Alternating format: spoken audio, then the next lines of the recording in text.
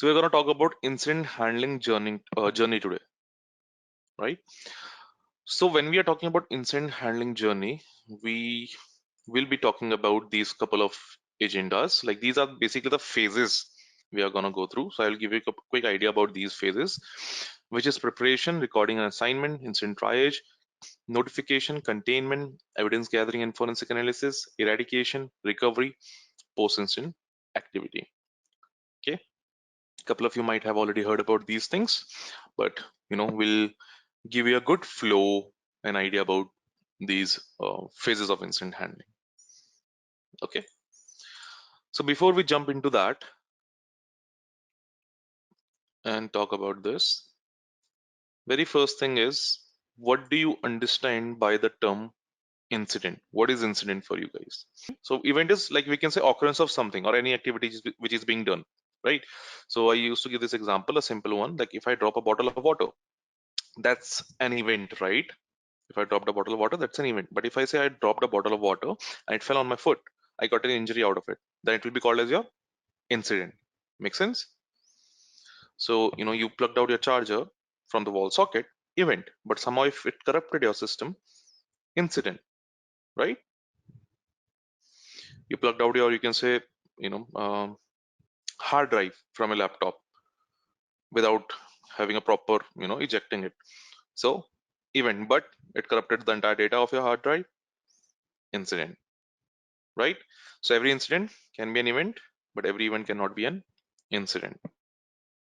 Okay, so an incident, when we're talking about in the context of cybersecurity, refers to any unauthorized or unexpected event or activity that poses a risk to the confidentiality, integrity, and availability of computer systems, network, data, or information. Right? Confidentiality, integrity, and availability. Confidentiality, as in, stopping from any unauthorized access. Integrity verifies that your data is accurate, it is not tampered, it has not been modified.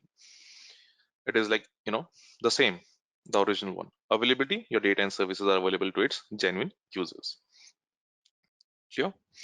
So basically, your incident typically involves a security breach, violation, or compromise that may result in damage or any kind of a loss or any kind of a disruption to an organization's assets or their operations or reputation as well.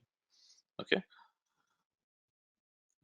So see, like while it's not possible to completely animate or possible to completely eliminate the risk of incident, you can take proactive measures to reduce the likelihood and impact of security incidents. Okay, proactive as in, two things are there, right? Proactive and reactive. Proactive are something which are you taking beforehand in order to prevent yourself. Reactive is something has happened, then what you are doing. Correct? So this is incident. So for the same thing, when we talk about incident handling, so incident handling is effective detecting, analyzing, containing, mitigating, and recovering from cybersecurity incidents. So it involves a structured approach to managing security incidents to minimize the impact on an organization's system, networks, data, and operations. Okay, basically we have actually steps in place to handle and respond the incident in an organization, which is implemented properly. It will cut down or reduce the impact of the incident on the organization. Okay, so in incident handling and response, when we talk about, there's a purpose of it. The purpose of incident handling and response process is to safeguard networks and system, promptly handle incidents, collect relevant information, identify and address false positive, optimize resource utilization, adhere to local, national, and international guidelines, as in getting compliant, right? Okay, and following the proper standards, right? Train and protect personnel, create comprehensive documentation. Like it's like documentation are done so that you can, learn about your organization, so that you can improvise your security posture more. So once an incident has happened, you mitigated it, you handle that incident properly, you took certain steps. So later a documentation will also be done, and you'll find out, like, what were our weak point, why we got attacked, how the attack happened and what we were lacking, how can we be more stronger, if new controls are required, implemented, those things. So basically, documentation helps you to create, increase or make your security posture more and more better of the organization. Okay. Here, one thing is use identify and address false positive. Guys, what is false positive? So it's like our alert. Two things are there, guys, in terms of this alert and attack is there. Okay. So if you're getting a notification and alert from a, you can say softwares or tools, if you got an alert is saying that we got an attack, like we are under an attack. Okay. That there's an attack going on. But in reality, there is no attack actually. So that thing is known as your false positive. Alert said as because alert will be notifying you on the basis of the rules which has been mentioned. So as per the rules, conditions were met. So alert was generated and tells that okay, there is an attack going on. But in reality, there was no attack. So it's simply you can say, let's suppose if Deepak is there, for example, Deepak is trying to log in into his account, right? And like there was a rule, for example, there was a rule that if there are failure attempts, login failure attempts, which is more than three for the same account, and within 5 minutes of a time frame, okay, within 5 minutes of a time frame. So raise an alert if such conditions is met. So if we say that, let's suppose Deepak is there and Deepak is an employer, okay, he's an employee of an organization. So he was trying to log in into his account and he made failure attempts, four failure attempts. So as per this condition, four failure attempts within 5 minutes. As per this condition, it will raise an alarm, right? It will raise an alert that someone is trying to attack or guess the password or crack the password. Correct. But when we cross-checked, in reality, it was Deepak only. And it was a genuine mistake which was being done from Deepak's end because he's an employee. Okay, he forgot his password. So he was just trying to enter multiple times. So then it becomes your false positive because it was not an attack, it was Deepak only, he was accessing his account. Make sense? Rajesh, it will be considered. Okay, true negative, JP2 will talk about later. If you have this query, we can discuss. I can explain all those things later. Okay, because it will be time consuming as for now. And it could be considered insider threat as well. But yeah, as I mentioned, this will be checked, right, Rajesh? And insider threat, see, he already have his access, right? He already know about his account password. So we cannot say insider threat because Deepak is actually trying to enter into his own account. Next thing is steps in incident handling, which you are discussing in the starting, right? So I have given this images also a pretty good, you can say, overview about this entire process of incident handling, like what happens at what particular time and all those things are mentioned over here. Okay, so here you go. Um, we have preparation for incident handling and response. We have uh, incident recording and assignment, in which these things are there. Incident triage is there. Then we have notification, containment, uh, evidence gathering and forensic analysis, eradication, recovery, and post-incident activities. Basically, this is the entire flow of how things are, whenever an incident happens, how it goes through these certain steps or phases. So this is the key thing which I have mentioned over here for you guys. Okay. So very first one is a preparation, then it goes to incident recording and assignment. Like then it goes for incident triage, where classification, verification, prioritizations are done. Then it goes to your notification as in it's being notified to your stakeholders, to your management, and then approval is also taken. And meanwhile, you can say the containment is done. Containment is like an isolation, okay, evidence gathering and forensic analysis, and then eradication, recovery, and post-incident activities are also there. So let's get into each step one by one.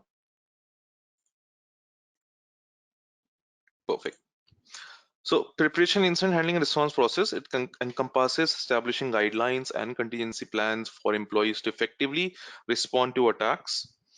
It involves proactive planning, right? Proactive before, and we are trying to fix up things over here, so that we'll try to um, align everything in place, so that in case if an attack happens, first we will try to make sure that it doesn't happen at all, but in case it happens, how to proceed ahead with that, right? How to quickly respond to that. That's the point. Proactive approaches. So it involves proactive planning to minimize ambiguity and enable prompt and appropriate responses during peak attack periods. Additionally, conducting simulated exercises and drills which can help identify vulnerabilities in the network by simulating various methods of infiltrating an organization information system, right? The simulated exercise will be there so that we can check whether we are having any vulnerability or weaknesses present on ourselves or on our network or not on the very first place, right? So as just mentioned, in this stage, you can see the organization will define the mission, vision, and scope of your incident handling and response. Okay, they will also obtain the management approval and their funding. They'll be developing and implementing security policies, building an incident response team over here, right? Uh, Gathering systems, hardwares, and software tools which are required for incident response. We are prioritizing the assets over here and the services. We'll create a plan for smooth communication whenever an incident happens, because a communication is also required, so that whenever incident, because it's kind of a panic situation, so smooth communication should also be there, already prepared. So preparation is all about that. Okay, so we check whether do you have any uh, established already established, you can say, incident handling and response process or not. Okay, you already, do you have already a process already into the organization placed or not? You check for that in the very first part. So if it's not there, so if it's not there, then what you do, then you go for determine the need for incident handling and response process. Okay, you determine the need for incident handling and response process. Organization, they determine the need for incident handling and response process based on their current security scenario, their business advantages of having such processes, their legal compliance requirement, right? Organization policies, their previous incidents, and all that. Okay, then they define their incident handling and response vision and mission. Okay, so this vision statement, basically it will be reflecting your organization's mid and long term goals for incident management capabilities.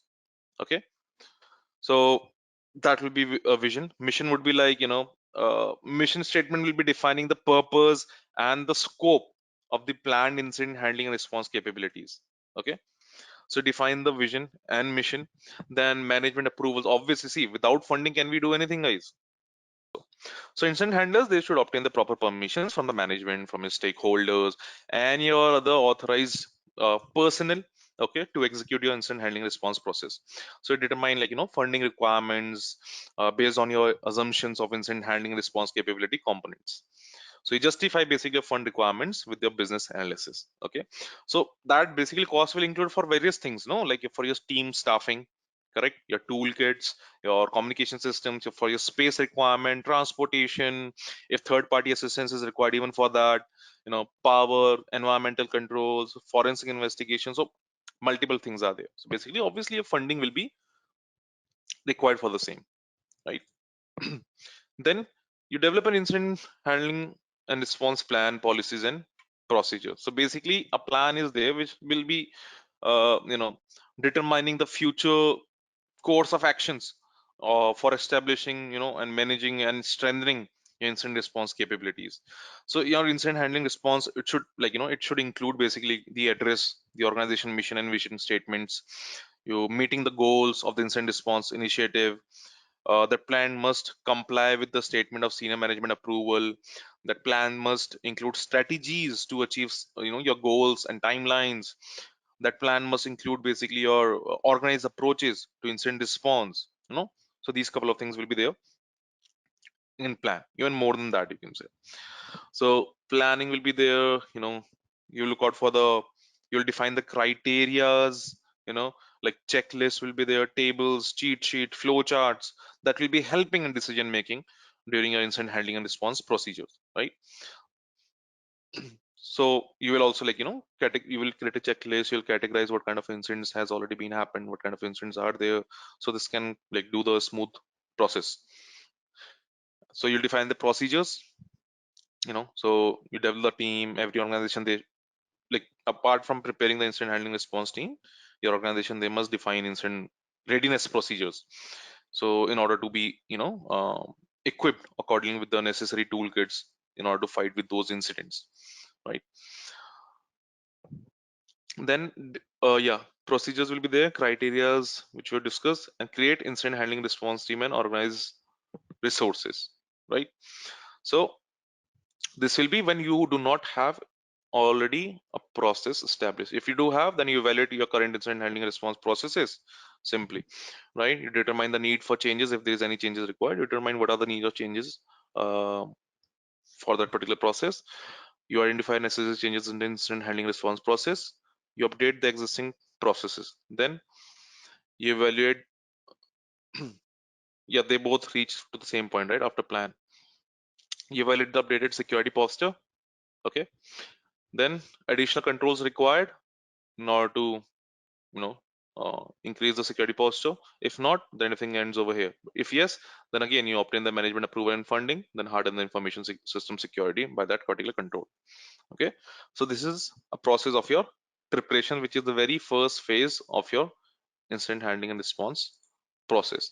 Then it goes to your recording and assignment. That goes to recording and assignment. Recording and assignment is there. Basically, recording and assignment, they're essential, you can say, essential components of incident response. Basically, it ensure that incidents are properly documented and assigned to the appropriate individuals or teams for resolution. It ensures that all relevant information, related to the incident is documented properly. It will be including all your, like, any kind of an evidence, logs, screenshots, or any kind of an artifact that may assist in the investigation and the resolution of the incident. Okay, so if an employee they finds any abnormal changes or indicators of an incident, then he or she, they should immediately cross check his or her database to confirm the changes and inform the help desk personnel, so such as a system or network administrator, about that particular situation. Okay, so for our purposes, you can say it is important to note here that a help desk consists of experienced incident handlers with years of experience. So help desk will accept such a request from an employee and conduct a, you can say, preliminary examination to determine whether the employee is reporting a valid intrusion or a breach from malicious sources, whether it's a valid or not. If the help desk finds that incident did occur, then it will file a case for further inquiry. Next, it will try to determine whether the incident reflects any previous incidents and conduct further examination. So if the incident is found a mirror to any previous incident, then the help desk will reopen the previously closed incident and update the incident record over there. Otherwise, it will record it by collecting information about the incident, such as security alerts and the indicators from your IT department. So this incident record is sent to the IR department, incident response department, for analysis and validation. So if the incident resource department or incident response department finds the incident to be valid, then it will immediately assign the incident response team for further analysis. So we are just checking over here whether it is, valid incident or not. Okay. So end user call the help desk. Does the incident requires a response? No. Then close the incident. If yes, was the incident previously closed? Yes. Then you reopen the previously closed incident and update the record. If it was not previously closed, record or update the incident record, and then incident handling response team analyzes and validates the incident. Is it a response required? Then team will be assigned to it. If it's not, then again we'll close the incident report right over there. Then after recording an assignment, then in next phase is your incident triage actually. Incident triage, your validation, classification, and prioritization is done basically in part of this one, incident triage. So incident triage is the process of quickly assessing and prioritizing cybersecurity incidents to determine their severity, their impact, and appropriate responses. So they establish clear and well-defined triage criteria to guide the decision-making process during incident response. So assign appropriate resources, including like your personnel, tools, equipments, based on the severity and complexity of the incident. So after incident recording and incident team assignment, your incident handling and response team is responsible for taking over and analyzing the incident with critical reasoning and good judgment. Okay, so incident handling and response team, they should have a structured approach basically for efficiently responding to an incident. Okay, so along with this, you can say incident handling and response team manager, they'll classify and they'll prioritize incident based on their, risk level, whether it is high, medium, or low. So teams should classify incidents and, first attend to high priority incident, then medium priority incident, and finally, and which is obviously the low level incident, should be taken care of. Okay, so after, you can say, you know previous step, you go for the incident triage where incident analysis and validation is done. Okay, then incident classification is done. You classify the incident. Does the incident fall outside the team's purview?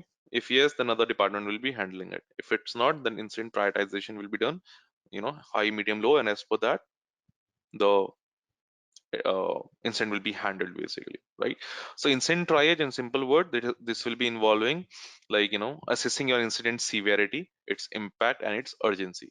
So basically it helps to prioritize the incident based on their potential risk and determine the, appropriate level of response and the resources which is needed.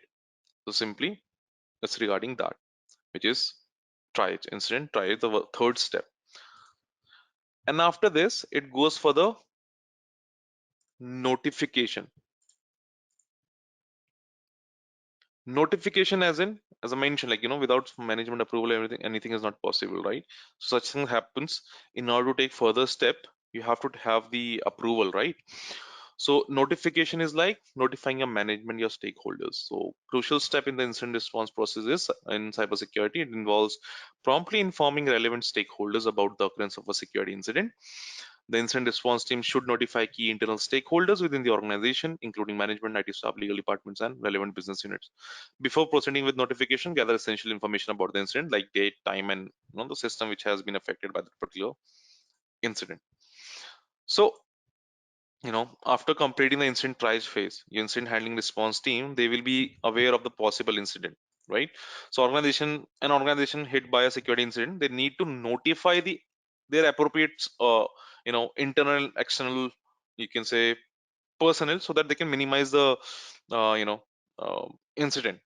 So this notification, they can basically save valuable assets from becoming vulnerable and help the individuals within the organization to play their, respective roles. So in such a time, basically, cooperation can reduce the complexity and magnitude of resolving the security threat or incident. So effective communication is crucial in incident response to ensure, this swift and coordinated actions. So communication will be helping to reduce the impact of an incident by enabling better coordination among the stakeholders.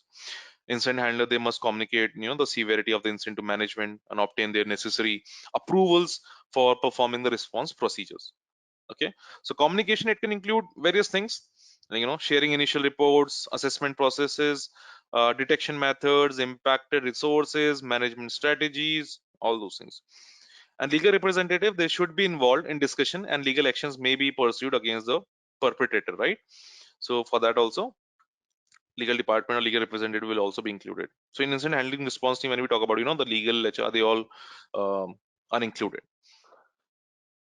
So all employees and stakeholders, they should report security breach to the incident handling response team. Incident handling and response team, they lead discusses. Incident handling and response team lead, that discusses breaches with core team members and seeks for any external support if required.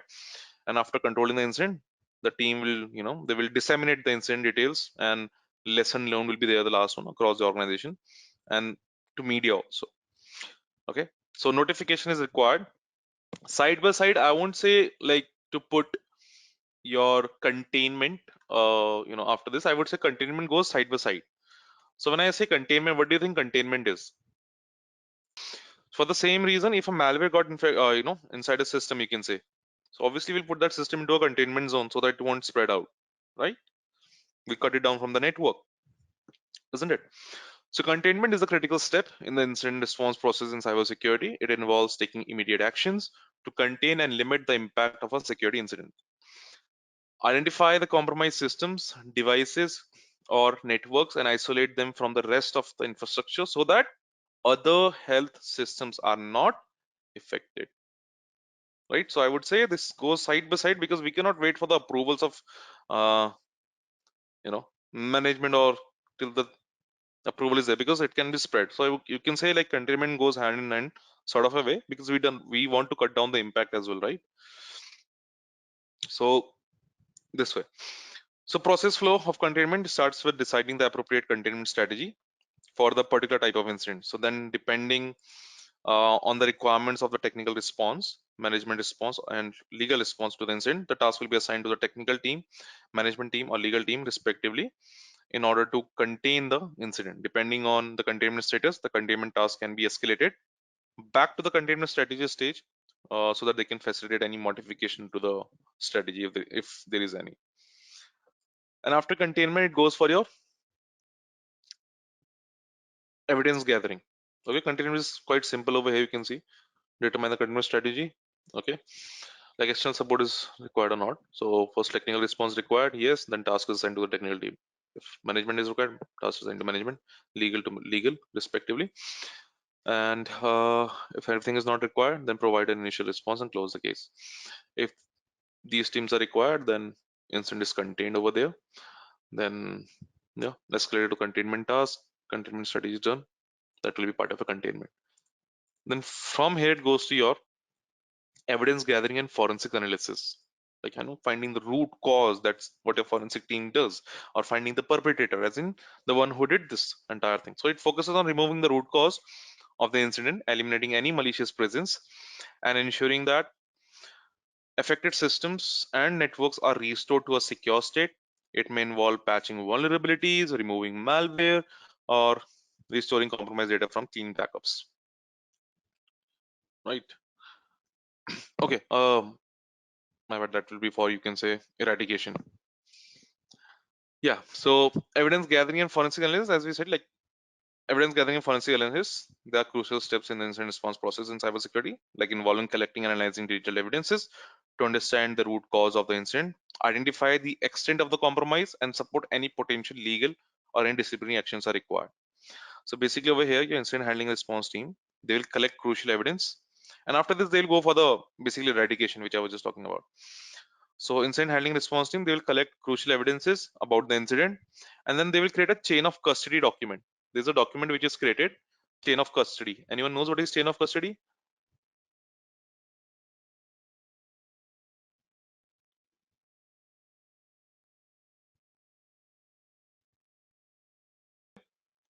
Where that evidence, uh, yeah, who all have handled that evidences will be entered or maintained in this particular chain of custody. The record will be maintained at what time you handled, for what reason, and all those things, in order to make sure in case that if that evidence, whenever it is submitted in front of court, you know, if there is any changes found, this chain of custody can help you out, that where it got changed and who changed it. So for ensuring that chain of custody is there. Okay, so chain of custody is that kind of a document which holds entire information from the point when evidence was collected till the time it has been represented in front of court. Who all handled that in evidence at what time, at date, everything will be mentioned in that chain of custody. Okay.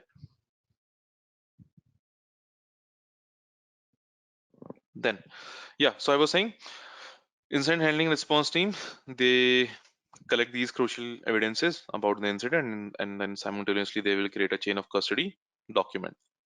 After collection and protection, investigator, they must analyze the existing evidence to identify the cause and nature of the incident, and then trace the perpetrator of the crime, the one who did it. So like they must, like moreover I would say, they must also document the results of forensic analysis and submit them to management for further processing. So if the analysis can identify the perpetrator, Then the management will decide whether they will legally prosecute the perpetrator or not. Okay, then the management will decide on their own whether they will handle this or not. So if the analysis can identify the perpetrator, management will decide whether they will legally prosecute the perpetrator or let the organization disciplinary team handle the case. If there is need of, you know, need for law enforcement, then management or a designated authority will contact a third party law enforcement agency. Okay, then they will contact a third party law enforcement. Okay, now the scene is like, if the investigation fails to identify the perpetrator or the attacker, then management must decide whether to close the investigation or to pass it to an external investigation also. If they are able to identify the perpetrator, then that's fine, then it's everything is good. This normal process will be done. If perpetrator was not identified by them, then management will be like, giving approval whether you want to go for the third party or external investigating team or not. Okay, so management must decide whether to close the investigation or to pass it to an external investigating agency for further investigation. If third party investigator can investigate the incident, and if third party was able to identify the perpetrator, right? If they were able to identify the perpetrator, then again, same process, law enforcement required, lies with third party law enforcement agencies and close investigation, right? So if law enforcement is not required, then again, which was happening in previously, organization disciplinary team handles the case. If even third party is not able to handle or identify the perpetrator, then close the investigation right away. Okay, so you collect evidence, perform chain of custody, analyze the evidence, create a forensic investigation report. Management receive the investigating report, the detailed one, and then they will decide, like, see, if perpetrator is identified from within the organization, you can say, then if law enforcement is required, then fine. If law enforcement is required, then you go, we check whether third party law enforcement agency is there. If yes, then they will handle the thing and then close the investigation. If law enforcement is not required, organization disciplinary team will be handling the case and going with the punishment and close the investigation. If perpetrator was not identified by ourselves, then we management will be looking out for that whether do we need to hire external investigation team or not. So if external investigation required, yes, then hire the third party investigator. Okay, if not, close the case. If we are hiring third party investigator, if they are able to identify of or find the perpetrator, then again the same process, if they are able to. If not, then again you have to go with the last option, which is close the investigation. So this happens in your evidence gathering and forensic analysis, which brings you to the next one, which is eradication. Eradication simply means what? As I mentioned, removal, right? So it focuses on removing the root cause of the incident, eliminating any malicious presence, and ensures that affected systems and your network are restored to a secure state. So it may involve patching the vulnerabilities, removing malware, or restoring the compromised data from clean backups. So after evidence gathering and forensic analysis, your incident handling response team, they take action to eradicate the root cause of the incident. So team will be performing a vulnerability analysis to assess your network vulnerabilities and strengthen your network security. If the cause is still present, your team will try to eliminate it, otherwise escalate the problem to the relevant departments, right? The team verifies if similar systems are affected and eliminate all the identified threats. So verify if this issue exists in similar system. Yes, then resolve and patch the issue from them as well. If not, start the recovery process. So resolving the security posture will be involving implementing protection tools, configuring network security devices, patching vulnerabilities. Okay. So in extreme cases, externally visible network component addresses, they may need to be changed, to remove established attacking paths basically. And internal audits will be done of all the resources, before initiating the recovery process to check various things into that. So these will be part of your eradication, and then you go for the recovery at the end. Recovery as in like using backups to, whatever the data has been lost to recover them back. So it focuses on restoring affected system, networks, and data to a secure and operational state after an incident. So the goal of the recovery phase is to minimize downtime, right? Restore normal business operations and prevent such future incidents. So for putting the business operation back to normal, you need to eliminate the root cause of the incident first, right? So after eliminating the cause of the incident from all the system and resources, your incident handling response team, they has to identify whether the data is lost. If the data is lost, the incident handling response team has to recover the data from backups and restart the affected services and the processes in order to maintain the business continuity. To maintain the business continuity. Okay. That brings to your post-incident activity, the last one.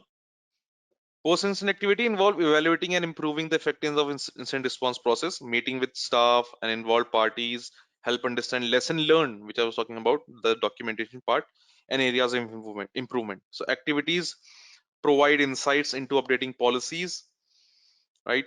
Procedures, security postures, settings, and configurations. So documentation of the incident, the vulnerabilities, the response measures, and lessons learned is crucial over here. So updates and new implementation, they should be communicated to clients, management, and stakeholders. Post-incident activity, they help in evaluating and improving the effectiveness of incident response processes by helping responders to assess any lags in security posture, in security settings and configuration across their organization. They also help in suggesting, measures and security products an organization can use to harden its security and optimize its policies. So to be sure, organization, they should conduct meetings with staff and other involved parties to understand all the lesson learned from the incident, and this will be helping them to improve in any areas in which it is currently falls behind. So these activities will help in evaluating and improving the effectiveness of incident response process by offering some insights into how to best update policies, procedures, security postures, settings, and configurations across the organization to build a very robust network. Okay, so moreover, the to learn from experience, you can say incident handling response team, they must have a document about the incident that reveals any details about the incident, or vulnerabilities exploited, or response measures implemented, or results, or any pitfall in the response processes, or drawbacks in communication and management, everything basically. So these things have to be documented. So accordingly, as noted throughout this particular phases, incident handling response team, they should document every step of the incident response as well as the lesson they have implemented. So incident handling response team, they must then communicate any updates and any new implementation to the clients, to the customers, and the management and other stakeholders as well. So this is why it is important. Okay.